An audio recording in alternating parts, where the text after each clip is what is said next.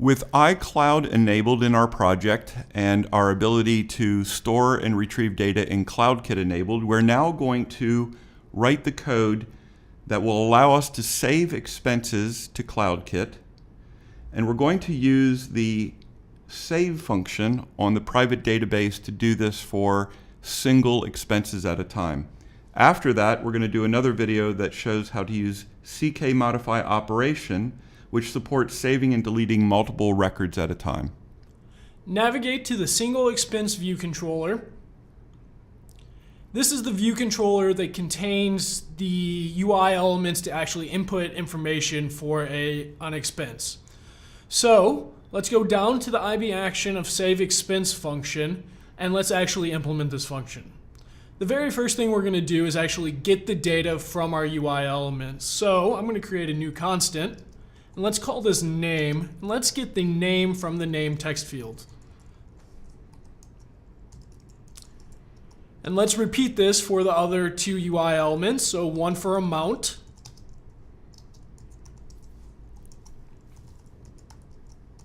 and one for date.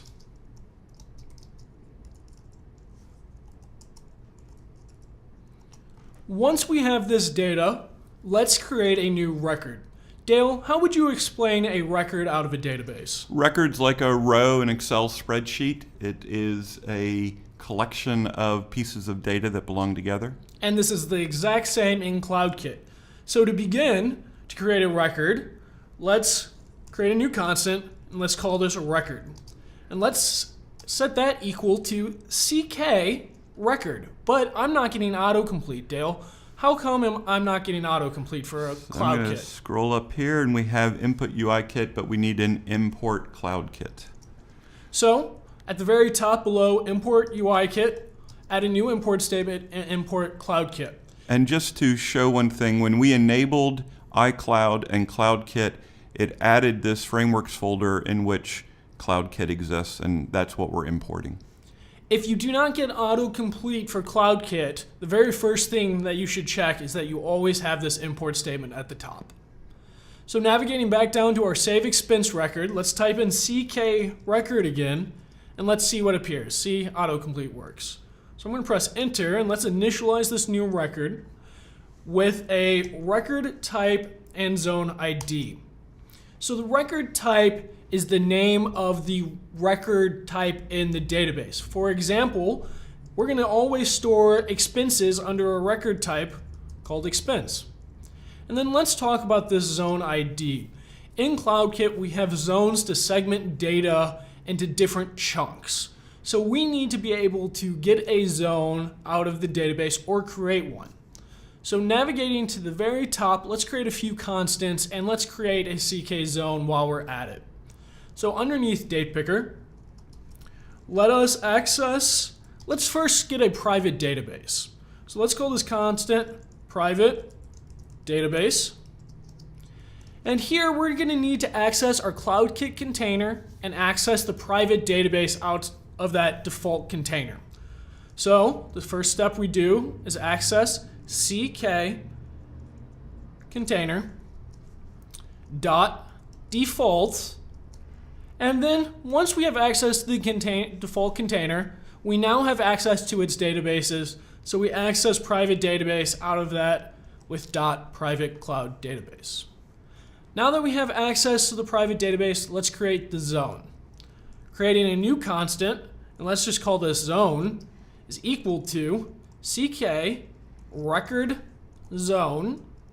And let's initialize this with a zone name. This is the name of the zone of where we're ultimately going to store all of our expense data. So let's call this expense zone. Now that we have access to both the private database and a CK record zone, let's go back down to our save expense and let's get the zone ID from that zone. To get a zone ID from a CK record zone, it is as simple as accessing the zone dot zone ID. At this point, we now have access to our private database to be able to save information. We have access to our zone to create information in, And we now even have a CK record to actually store our attributes. To store attributes in a CK record, it is essentially key value storage. Dale, how would you explain key value storage? It's like a dictionary. We have words and they point to definitions. So the keys are things that point to other data. Exactly. So let's access our record. And a CK record has a function on it called setObject. And setObject takes in an object of a CK record value for a key. So we need to talk about the CK record value, but let's skip that parameter for a second and jump to key. The key, just like Dale was saying, is how we're actually going to store and retrieve an attribute out of this record. So for this very first one, let's store the name text of our expense. And Dale, what would be a good key for name? Name. Name, exactly. And I'm going to put our name text that we got from our text field up in our set object, and we're going to get an error. Cannot convert value of type string optional to expected type CK record value optional. Dale, how can I fix this error? So CK record value optional, I believe, is a protocol that these other types follow, so we should be able to cast them as that type. Exactly. So let's go back up to our name constant. After text, let's put in an as to cast, and then let's start typing CK record value. And since the text of this name text field is optional, this CK record value also has to be optional. So now, notice that we no longer have this error for setting this object because this name variable is now of CK record value optional. Let's do this exact same steps with both amount and date. So amount is amount text field.text as CK record value. And again, since this is a text from a text field, this needs to be optional as well. Let's look at date though. Date is not of type optional. So when we cast this as a CK record value, we do not actually need to mark that as an optional CK record value because that date is not optional. So now that we have both amount and date casted as a CK record value, let us set those objects on our CK record. So I'm going to access our record again, do set object for CK record value. Let's pass an amount. Again, the key, let's just call it amount. And let's do the same for date.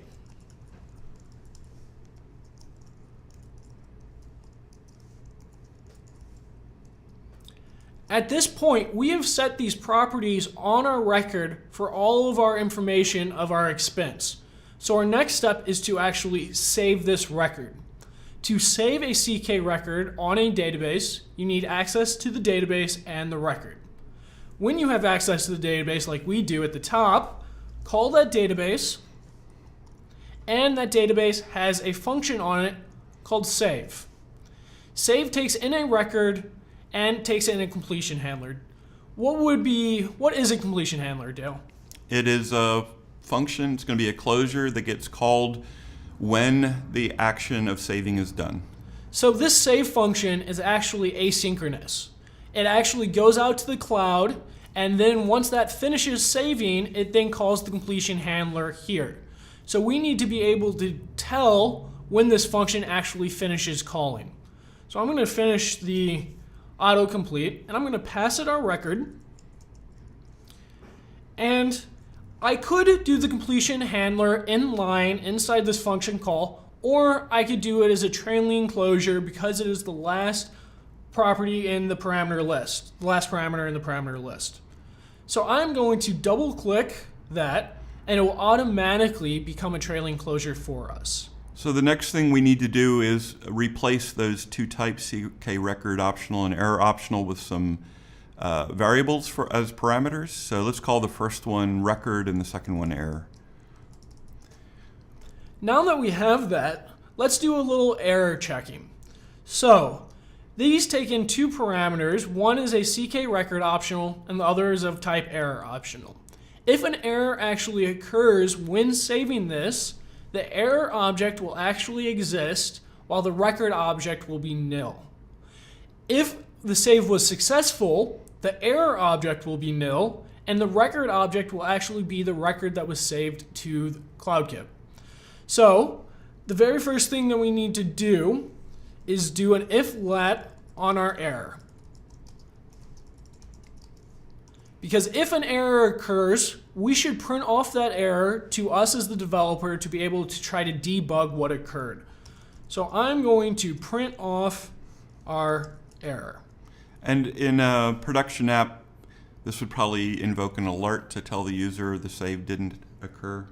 Exactly. So in the actual production environment, you might want to pop up a warning to the user saying, hey, this save didn't occur, try again, or tell them how to resolve the error. In this case, we're just printing it off to the console if the error exists. If the error does not exist, so we're going to do an else clause. That means our record was actually saved successfully, and we can print off just a string for us that says record was saved. So in this completion handler, we're printing off if there was an error or if the record was successful. This is actually happening on a background thread. How would I get this code to execute on the main thread, Dale? We're going to have to use dispatch and use the main queue when we execute this. So since this is threading, let's access the dispatch queue dot main, since we want the main queue, dot async, and let's simply copy and paste this code inside of our dispatch queue dot main. This is being presented because you shouldn't interact with the UI from a thread that's not the main thread. So that asynchronous response to the save, calling the closure, if we from there were to pop up an alert or pop the item off of the navigation stack, this would cause problems if it isn't happening inside this dispatch main async. So it would be strange to stay on this view controller, right, Dale, after we've saved and it was successful? Yeah, typically the user would fill in the form, hit save, and when it's saved, they would transition back to the list of expenses. Exactly. So let's do that right now. So let's access our navigation controller and pop this view controller off the view stack if it was successful. But since this save is asynchronous, we need to do something before we even perform the save. We actually need to disable the back button, right? Right, because we don't want the user to hit the back button in the middle of the save, ending up at a different place than we expected them to be when this save returns and tries to send us back to that place they just went to. So before we even perform the save, let's access our back button item by accessing our navigation item and accessing the navigation's back bar item and setting its is enabled equal to false. Then when the save or the error has actually occurred, let's actually enable the back button so they can actually go back if they want to. So self.navigationItem.backBarItem.isEnabled is equal to true. So at this point, we should be able to actually save this record. So let's launch the simulator.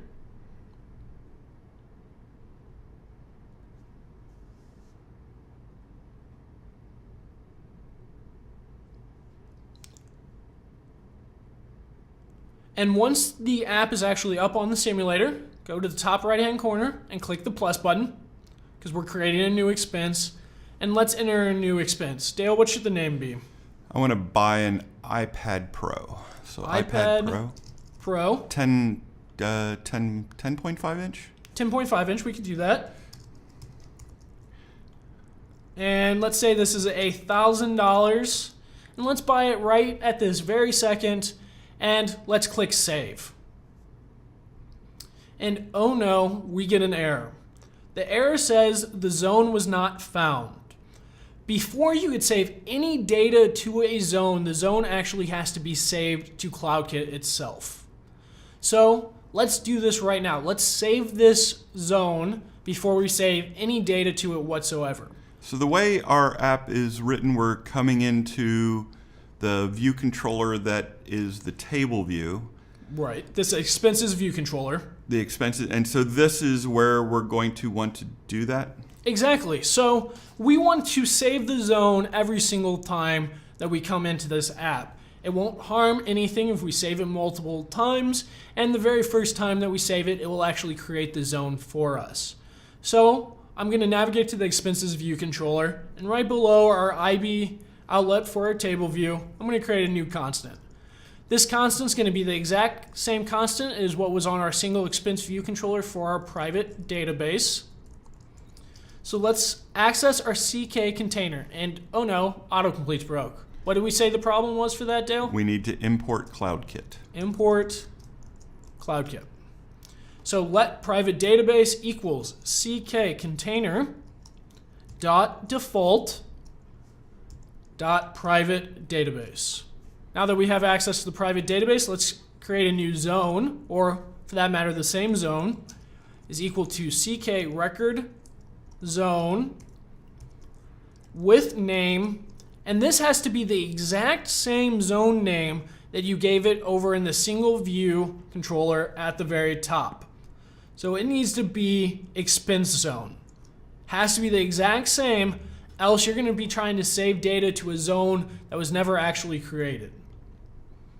So now that we've created both our private database in this view controller and our zone, let's save this zone. So navigate down to the view did load, below where we're setting our date formatter styles, and let's access our private database. Private database, just like it has a function to save a record, it also has a function to save a zone. We're going to pass the zone that we created at the very top to this save function. And again, completion handler, since it's the last parameter in this function call, I can make it a trailing closure by simply double clicking it. And let's talk about these two parameters. One is a CK record zone optional, one is an error optional. So I would put the variable zone and error in there. Zone. And do what we essentially did before, unwrap the error, if it exists, print it. And let's do this on the dispatch queue if we ever want to update it to, say, pop up an alert. So dispatch queue.async if let error equals error, else. And let's simply print out the error or print out zone was saved. So at this point, when the view is loaded for our expenses view controller, the private database is going to save this zone every single time the view is loaded. So I'm going to build and run this app again.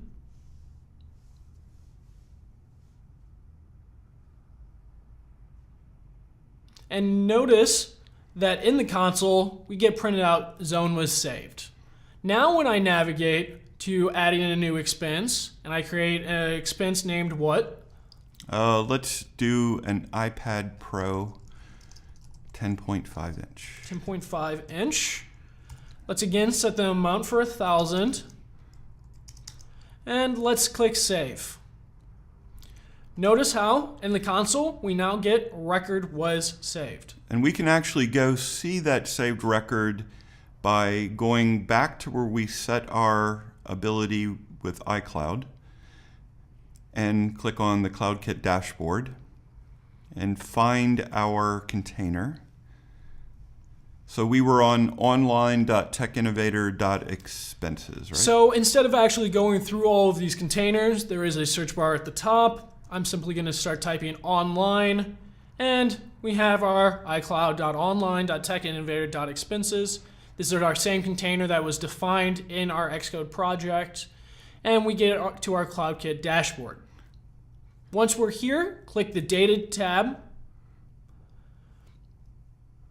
and notice we immediately start on the Records tab, and it says Load Records from our private database with our zone. This is the same zone that we created in the view did load a minute ago, and we can now query records.